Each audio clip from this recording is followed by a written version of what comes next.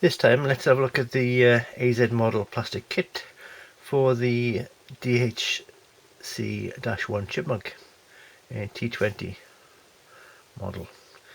AZ do a couple of different versions of this, but I bought this one. It says famous British trainer, but really DHC is de Havilland, Canada, so it was built in Canada. It's a Canadian design, really, you could argue.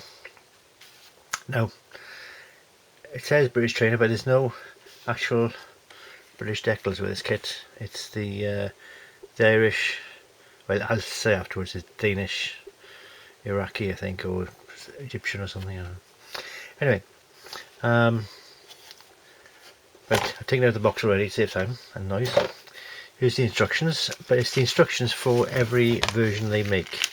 So some of these information here aren't relevant. Like, you've got that's for the Canadian built one, which had the bubble canopy and the different undercarriage legs. A little bit of history here, quite inclusive. This explains everything with symbols. This is all the actual instructions here. You've got a nice sprue map, but again, that some of these parts aren't in the kit. You don't have a resin cowling for Lycoming engines, and you don't have a Canadian hood. But what you do have is a better interior than the Afix model used to be. So, and it's a more modern moulding.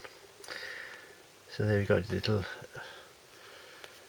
bucket seats and separate compartments for the pilot and trainee and instructor.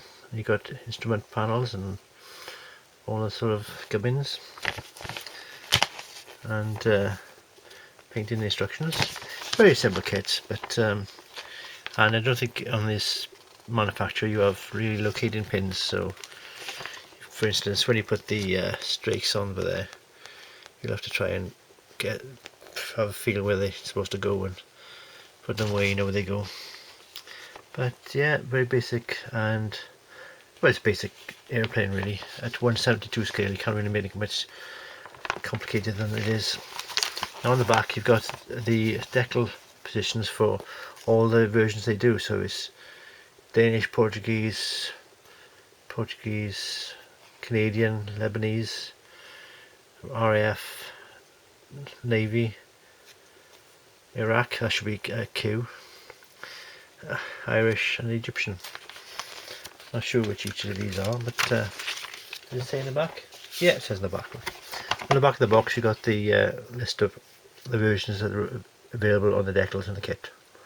So there's Egyptian, Iraqi, spelled properly this time, Danish, there's still preserved examples in Danish livery, and the Irish Air Corps, which I think also may be still around in preserved private hands.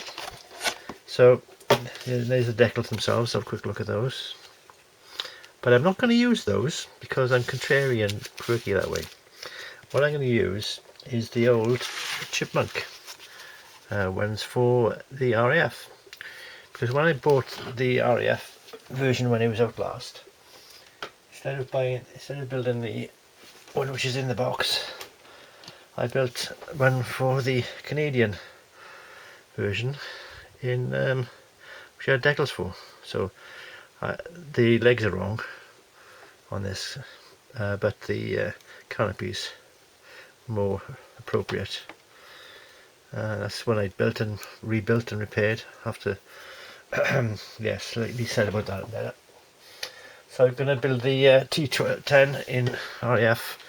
This is the version they got, which is used by the Royal Air Force Battle Britain Memorial Flight, as it was in 2011, to train people to do tailwheel conversion, because you can fly a fast jet but you might not know how to use a tailwheel plane.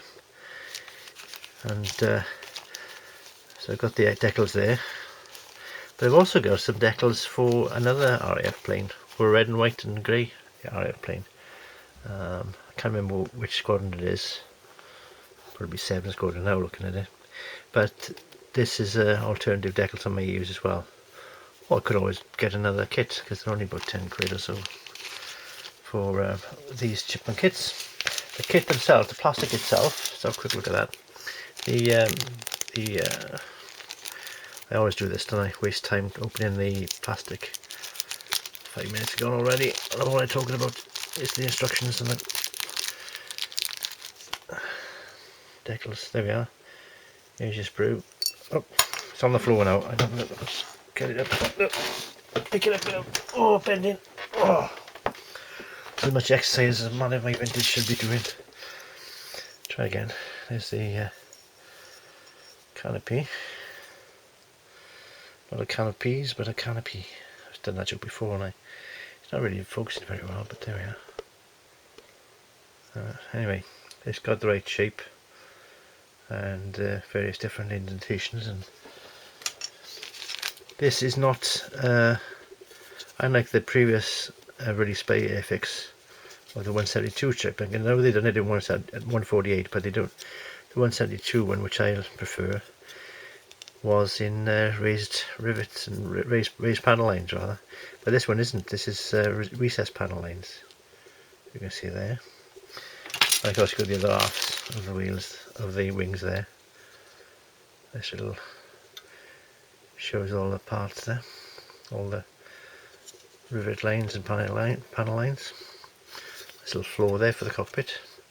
I had to make my floor myself. Well, not the floor. I had to make some of the interior myself with the Airfix model, which is probably from the 60s, but that needs a remolding, I think, retooling. The parts are quite good.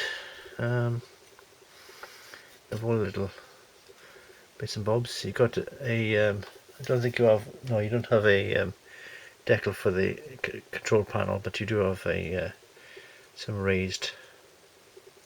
Yeah, raised detail there. Look, I'm just going to focus. There we are, raised detail of the instrument panel, which includes a compass and actually the artificial heading. I went up in one once, and we did a roll, and it messed up the artificial horizon. And I said to the pilot, "Oh, it's not working properly." Trying to be helpful, and he said, "Look, if you want the horizon, look out the window." Oh, where's that effect? Don't mind the artificial horizon, there's a real one out there, I think is what he said, which I'll always remember. Alright, so there we are. There's your basic plastic for a basic but very nicely appreciated kit to have. Like I say, there's no locating pins, but really, I mean, there's a few release pins there you can grind away if they're getting away, but they won't. Everything's pretty nicely moulded. Got an option for propellers, but I think that depends on the other versions. And we got the different spinners as well there. Anyway, there we are. I'll enjoy making that when I make it, when I decide which version to make. But whichever version I make, it won't be one of these, because I got 2 other ones decals to use up.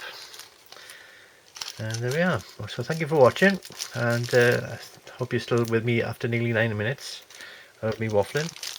But that is the DHC-1 Chipmunk from AZ Model Plastic Kits. Thank you, and cheers.